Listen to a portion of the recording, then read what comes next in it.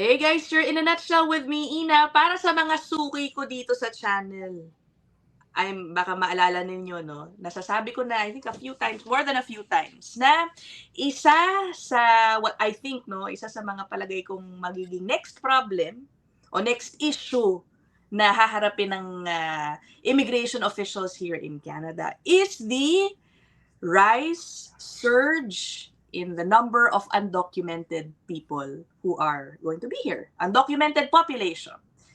I think it's quite obvious that is the obvious effect of the tightening of immigration policy. Yes, gusto ng Canada, mabawasan ang temporary resident population, kaya puro expiring permits ang inaasahang makikita, especially starting this year.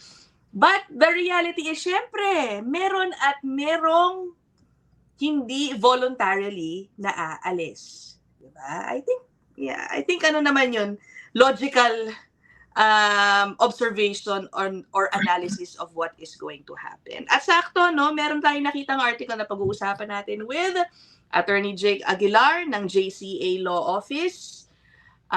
Share ko na kay Attorney Jake kanina an article talking about exactly that. Let me put that up for you. Again, thank you, Attorney Jake, for being here. Naman, maraming salamat din sa pag-imbita. Oo. And this is our, first New Year recording namin ni Attorney Jake for 2026, by the way. Ayan. Nakita niyo to. This is from Immigration News Canada. Canada braces for illegal migrant surge in 2026 as millions of permits expire. This is published January 5, 2026. Ang sinasabi dito, Attorney Jake, kasi nga, laging pinag-uusapan, almost 5 million permits ang inaasahang mag-expire starting this year. Ibig sabihin, anong mangyayari sa mga tao, mga holders ng permits na ito. Pero okay lang, sorry Attorney Jake, let me just point something out. Guys, I've discussed this in previous episodes also. Hindi porke nag-expire yung permit, yung permit holder, automatic kailangan umalis. Bakit? Exactly. Oo, sa data po kasi ng IRCC, syempre, paano nila nasasabi na merong almost 5 million? Kasi ito yung bilang ng mga na-issue siguro sometime like 22 or 2023, ganyan. So yung time frame, more or less by this year, ito yung bilang na mag-expire. But let us remember, some of these people may have already transitioned into, they could be PRs now. Okay, counted pa rin yung work permit nila dyan. Right. They could transition into a study permit. Okay, yung mga work permit. So, it does not necessarily mean na porque almost 5 million na mag-expire, almost 5 million din ang aalis. Correct. Tama naman yun, Attorney Jake. Exactly. Tamang-tama yun. Tsaka, what they're saying is permits, not people. Yeah. So sometimes din kasi, hindi naman ganun karami, pero there are certain people na dalawa yung permits, may ganun. That can happen hindi naman imposible yun. So what they're saying is permits lang. Tsaka yun nga din, yung permits na yan, pwede namang ma-renew or later on nga, pwedeng mag-transition nga into permanent residency. So yung permit na yan, it will still expire. So, mag-expire pa rin. Pero... So yun lang yung sinasabi nila. Correct. But nonetheless, marami din talaga naman, no? Siguro, mag-argue na lang tayo sa number, yan talaga hindi natin malaman, di ba? Right. But definitely, marami ang are facing expiring permits na hindi makahanap ng kanilang PR pathway. That is who we are going to focus on. Okay? Right. That group of people for this episode. So, Attorney Jake, I'm curious. Baka meron ka ng mga nakakausap na mga kababayan natin na ito ang kanilang sitwasyon ngayon. Okay? They are or have already entered the undocumented population in Canada because of everything that is happening. Kaya hindi ka na siya nagulat dito sa article na ito. Hindi na siya kagulat-gulat. In fact, yun yung theme din for 2025 nga na maraming mag-expire or nag-expire na noong 2025. Mga kailangan magpa-restore ng status. So yun, that's why we've been very busy din noong 2025 kasi yun Yun yung bulk, I would say, ng mga naging clients namin. And that spills over actually itong 2026. Marami pa rin na in a similar situation na yun pa-expire na yung work permits or nag-expire na and kailangan ipa-restore. So, yun nga, napakaraming tao noon ngayon. And yun nga yung malaking tanong sa ating lahat. Anong gagawin natin doon sa mga nag-expire na, di ba? Will they be given a second chance or talaga bang kailangan muna nilang umuwi? Yun yung tanong na naglilinger sa mga isip natin. Yeah. Attorney Jake, what do these people at yung mga nakausap mo na, no? At nag-decide na manatili, kung meron kang nakakausap na gano'n, Marami ano ba din. usual reasons nila to insist on staying without legal status? I'll give you an example. Kung halimbawa isang malaking pamilya sila, madami sila. Eh alam naman natin na pag lumipad ka, di ba, magastos yun. Hindi siya mura. At saka yung ma-uproot, di ba, yung mga bata din. Na-uproot na nga sila doon sa Pilipinas and somehow medyo nakaka-adjust na dito. Eh ngayon, bubunutin mo na naman, balik ka na naman sa Pilipinas. So, if you can just imagine yung parang trauma din nun, di ba, sa family, sa mga bata, yung palipat-lipat, medyo malaking effect. Plus yung nga, yung financial cost na nga din nung lilipad ka and let's say marami kayo. So, yun yung, I would say that's a valid reason for staying. I mean, not valid in a legal sense, ano? Not valid. Pero, I mean, it makes sense. Naiintindihan mo sila, bakit nila naiintindihan natin kung yun ang sasabihin sa atin ng client na attorney, para hindi ko yata kayang umuwi kahit gustuhin ko man, di ba, mga ganun. Yun nga, yung finances nga nun, medyo magastos yun, masakit sa bulsa yun. Alam naman natin din na yung nga bawat dollar na kinikita natin dito, parang dugo at pawis, di ba? Tapos gagastusin mo lang sa pamasahe. Tsaka yun nga, butik sana kung mag-isa ka lang, paano kung buong pamilya kayo, tapos anak mo hindi lang isa, dalawa, tatlo, ganun. Madaling decision yun. Plus nga sa mga bata na, especially yung medyo bata-bata pa na nag-aaral dito, nakakuha na sila ng mga kaibigan nila, di ba? Tapos iiwanan nila, parang iba dati. So medyo yun nga, naiintindihan natin kung sasabihin ng client na ganon yung reason nila. So that's why of course case-to-case basis yung solution dito, ano. So every person has a different situation naman. Tsaka nga, wala tayong blanket advice or suggestion sa kung anong pwede nilang gawin. Actually, oo eh. Yun ang itatanong ko sana sa yung sunod, Attorney Jake. Lumapit sila sa'yo, hindi, desidido sila na sila ay mananatili dito ng walang legal status. As a lawyer, I mean, syempre you cannot encourage such in a way, no? You cannot. What do you tell them? Ano bang... Unang-una, ini-exhaust natin yung mga legal ways. Yun nga, yung restoration, kung within 90 days pa, baka pwede namang ipa-restore pa, especially kung nakakita ng employer na may LMIA, so at least may chance na mapa-work permit, or worst case scenario nga, visitor record, o sige, transition muna tayo into visitor, restore muna ulit yung status natin kahit paano, kahit visitor lang. So, we find legal ways para at least makapag-stay. Kaya nga din minsan ko rin na di-discuss na ang tanong kaya pa ba? Kaya pa ba natin? Especially magta-transition ka from worker to visitor. Hindi ka pwedeng magtrabaho nga legally, ano?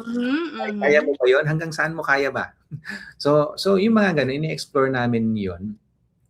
And then, kahit pa paano din yung hope, importante din to. We don't want to put in false hope. Definitely. Kaya natin sabihin na, may pag-asa, pero wala naman. Pero kahit totoo naman na may hope din, especially itong 2026. Hindi nga lang siya sobrang, wow, ang laki, sigurado tayo, may pag-asa. Hindi gano'n eh. Pero there is some hope. So, at saka ang alam din natin kasi mga TR to PR na umuugong, yun medyo, kahit rumors yun, sinabi naman yun i-announce naman. Exactly, wala lang detail pa, no? Pero at least napag-uusapan siya at the government level din. In-announce na rin siya last year. So, andun yung mga pag-asa, pero syempre not everything is yung hindi pa ganun kalinaw lahat eh. I mean, Are you saying, Attorney Jake, baka pwede sa out of status yun? Parang hindi yata, pang temporary status yun to be We don't know this. Oh. We don't know yet. Yun nga din, baka pinag-uusapan din nila yung mga ganyan ba. Ito lang yung alam ko na pwede kong i-share. Si government natin, o at least ngayon, yung nakaupo ngayon na government, ang alam ko supportive sila sa immigration in general. So yun, that's one good thing to know. And kung pwede nga lang na ganyan, yung mga nag-out of status, kung pwedeng i-restore, I think they would. They would. Kasi it makes a lot of sense. Knowing them over the years then, that I've been here in Canada, kaya nilang gawin yon kung kinakailangan.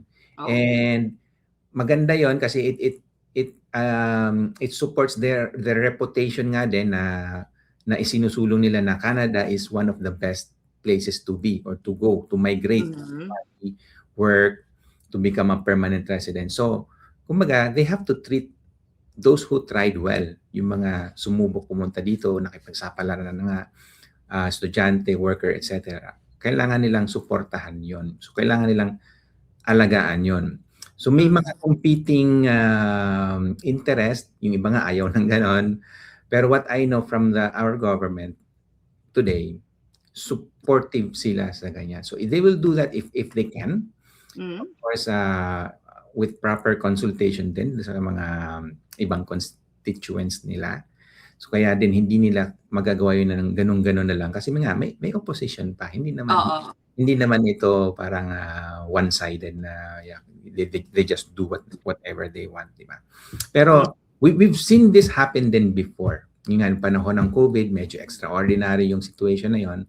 Pero they have issued policies din na akma doon sa situation na yun. Which is extraordinary. So ngayon, nasa extraordinary situation pa rin tayo as what we're discussing now, undocumented population na nagsusurge, sobrang dami. What are we going to do with it? It makes sense din na, yun nga, parang bigyan sila ng amnesty, mga ganon. Parang i-regularize na lang yung iba, gano'n? Exactly. Hindi ako magugulat kung gawin nila yun. Alright. Actually, I recall, they had an announcement in 2025 that there was supposedly a plan to regularize undocumented construction workers. And again, parang nagkaroon na ng unang batch, magkakaroon pa dapat, pero it never actually materialized. Hindi ko na alam ano nang nangyari doon. Kasi hindi rin naman kasalanan nga nung mga taong pumunta dito. Of course, on one end, sila yung nag-decide. Kung sasabihin ng Canada, ay kayo naman ang nag-decide na pumunta dito, di ba? Pero somehow, hinikayat din naman sila, di ba? Parang in-advertise din naman ng Canada, live, work, and play in Canada, mga ganun, di ba? I mean, kasama rin sa nila yan, sa promotions nila. So, yun nga, ngayon nandito na sila. And then, paano na, ganun, ilalaglag na lang ba natin sila ng ganun? Parang, yun nga, hindi ganun kadali yung decision dyan. Kasi on one end, we do really need to reduce yung levels to manageable levels. May sense din yung part na yon. Pero at the same time, yung mga kumapit pa at yun nga, wala na rin talaga silang masyadong choices or means to like leave. What do you do with them? Okay. Yun na nga kasi sa totoo lang it's still unclear to me, kahit sa dami-dami kong binabasa, how they will, again, paulit-ulit ko itong pinag-uusapan sa mga episodes ko, how they will track everybody and ensure that those who are not supposed to be here are supposed to be. There's really no Let's follow through on that. Wala naman talaga eh. Kahit na nananakot sila ngayon, I've noticed, parang they keep on posting on their socials na, warning sa mga unauthorized. Yes, exactly, yeah. They're increasing yung deportation nila, yung rate of deportation. Nakikita din natin yan, totoo yan. Pero sa totoo lang, yung rate of deportation nila parang 400 a week. That's so small. If you're talking about hundreds of thousands yung mga dapat na i-deport. Totoo yan. Oo nga eh. I can give you my insights. Okay, sige po. Yeah. So, yung mga undocumented or mga lumagpas na nga, nung nawala ng status, although again, we're not encouraging people to do this. Pero yung mga nawala na ng status, kung tutusin, okay pa yun eh. I mean, hindi kayo ipa-prioritize ng government para mag-mobilize sila, gumastos para i-deport lahat ng mga lumagpas na nga sa status nila, na nawalan ng status, ano? Ang ipa-prioritize nila yung threat sa Canada, public safety, public health, mga ganung bagay. Kung Okay. halimbawa may nakommit kang crime, pwede kang i-prioritize. Pero kung wala ka namang kino-commit na any crime, sa totoo lang, hindi ka nila priority. And then Not right now. We don't know. Ako, I don't know if something's gonna happen kaya in 2026 that will change that. Yeah. So, may nagbago ng konti. Okay.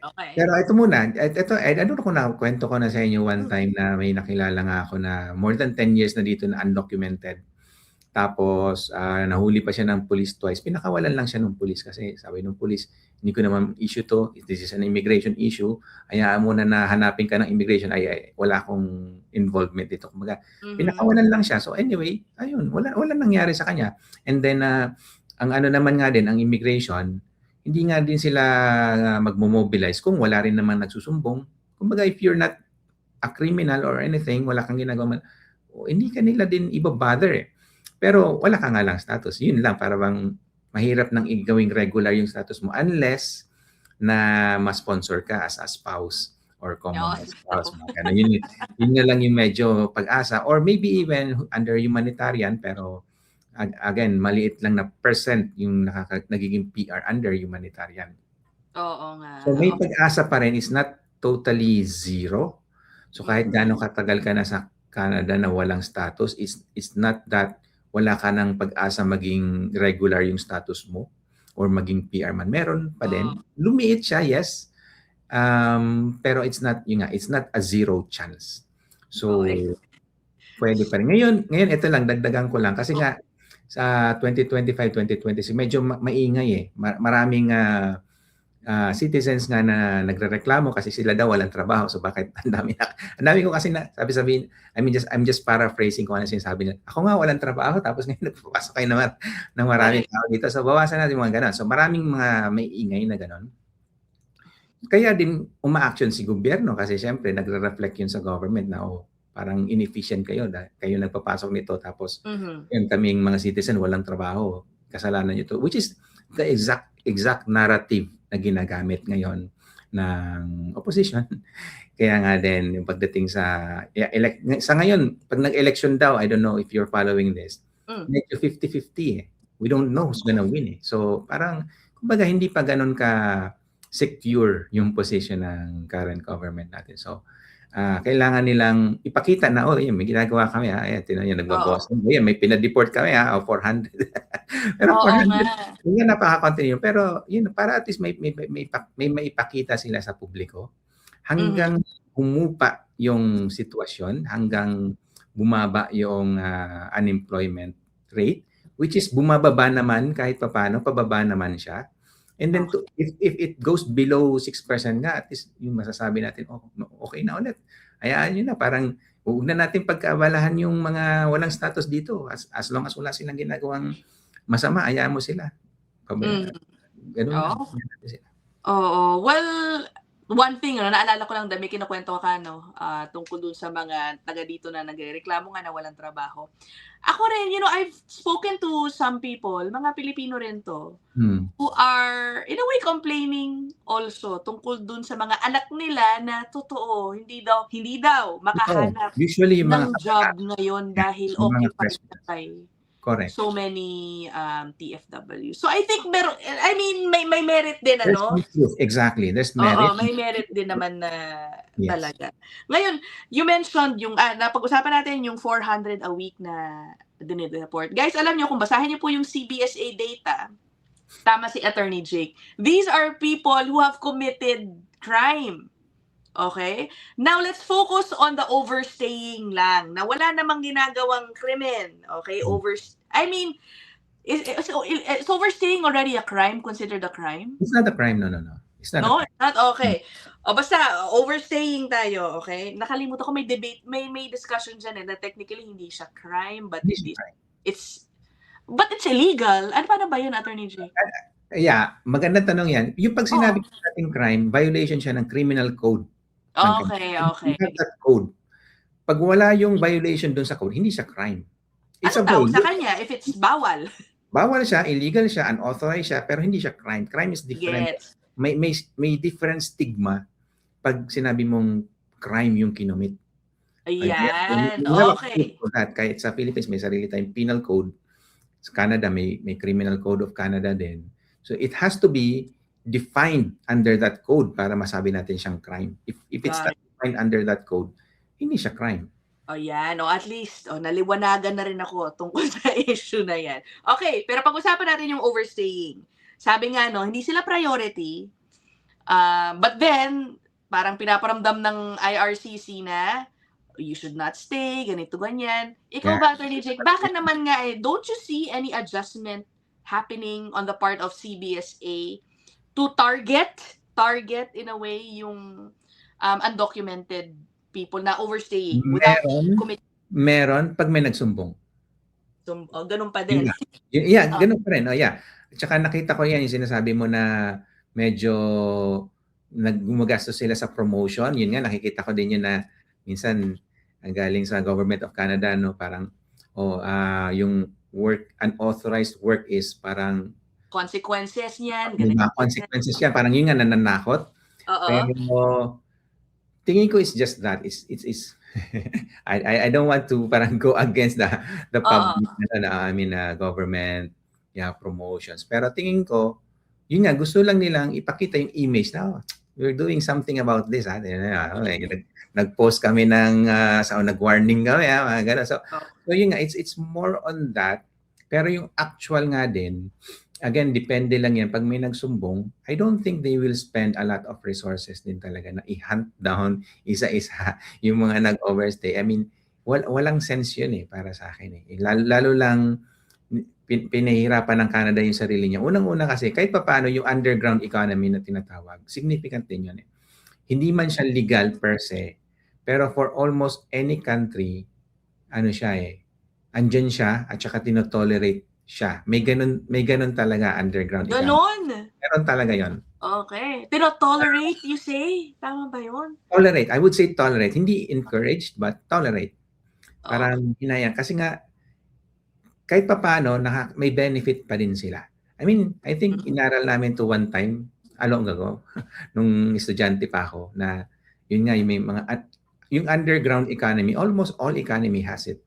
Iba-ibang levels lang. Yung iba, konti lang. Iba, malaki yung underground economy. But for almost all of those economies, kumbaga, okay din yun na may ganoong klaseng it's part of the system ganon talaga. Kahit dito sa Canada it's an open secret yung cash ganon. Whether PR ka dito, citizen ka dito or may permit ka or may status ka or wala, parang almost everyone knows about it, di ba? Okay. We're not encouraging anything here. Siguro let's clarify na Attorney Jake, na kapag sinasabi natin yung underground economy, yung cash job system, not necessarily purely overstaying people. Okay. Yun yung cash jobs happening, ganyan. Na more often than not, yun ang napupuntahan ng overstay. Pero may gumagawa rin yan ng mga citizens and PR. Okay. Yun yung point ko. And of course, yung mga walang status, syempre, hanggang dun lang yung kaya nila, yung cash job. Hindi sila pwede dun sa yung fully documented na trabaho kasi nga walang status nga, walang authorization. So talagang hanggang dun lang sila. But that thing is not exclusive kung hanggang dun sa mga walang status. Guys, we are exactly. In no way disclosure. Full disclosure. We are in no way making it appear na okay maging undocumented dito. For discussion purposes lang tayo dito. Yes, okay. Alright. Well, yun lang naman, Attorney Jake. Meron po ba akong miss? Di ko alam pa. Ito lang. Huli na lang pala. Ano ba what type of employers, I'm curious about this, would take in undocumented workers? Why would an employer prefer to hire an undocumented over somebody who has legal status? I would say number one is cost. Yun lang. Okay, cost. Yes. Nakaka-bargain sila na instead na, for example, babayaran mo ng minimum wage or lower than that. Plus convenience. Mas convenient ba? Kasi ang iniisip ko nga, baka mas problematic sa kanila because they're putting their business at risk in a way, hindi Of ba? course, 100% may risk doon. Yeah. Regulatory risk ang tawag natin doon kasi syempre pag may penalty sila and all. Definitely may risk. Pero based on their own calculation, it's worth it na i-take yung risk. I mean, that's for them. Of course, nga, again, mas marami naman di hamak ang sumusunod sa tama. Pero may mga tao na sa tingin nila okay na rin, it's worth it. So, mas yun nga, convenience plus nakakatipid sila plus, ito pa yung isa, nadi-dispose din nila yung cash nila. Parang gano'n. Kasi ano gagawin nila sa cash nila? Hindi nila may deposit sa bangko yun eh. Kasi tatanungin sila, saan galing to? To evade taxes, in short. Ma-audit pa sila, gano'n. Yeah. So, pay taxes on this. O, di-dispose nila yung cash nila. Nakakuha sila ng trabaho ng worker. Di ba? So, I mean, yun yung mga reasons kung bakit ang ibang employer nag-hire din ng cash basis. Yeah. Okay. So, yun lang naman. O guys, kung meron pa kayong ibang input tungkol sa topic na ito, put them down there in the comment section. Thank you guys so much, no? Attorney Jake, thank you so much. Siguro, mag-aabang ako sa comment section ng mga kwento ng mga kababayan natin kung nakaka-observe kayo o dumarami ang inyong mga kakilala na nawawala na po ng status. Ikwento ninyo ano ang kanilang ginagawa. Okay, o sila ba talaga ay mag-overstay, bakit daw? Or kung uuwi and try to return na lang, siguro in a few years. Right. Okay, so that is it. Thank you so much, guys. I'll see you guys in the next one. Thank you, Attorney Jake. Yung email ni Attorney Jake yung gumagapang dyan sa baba, guys. Okay? Bye!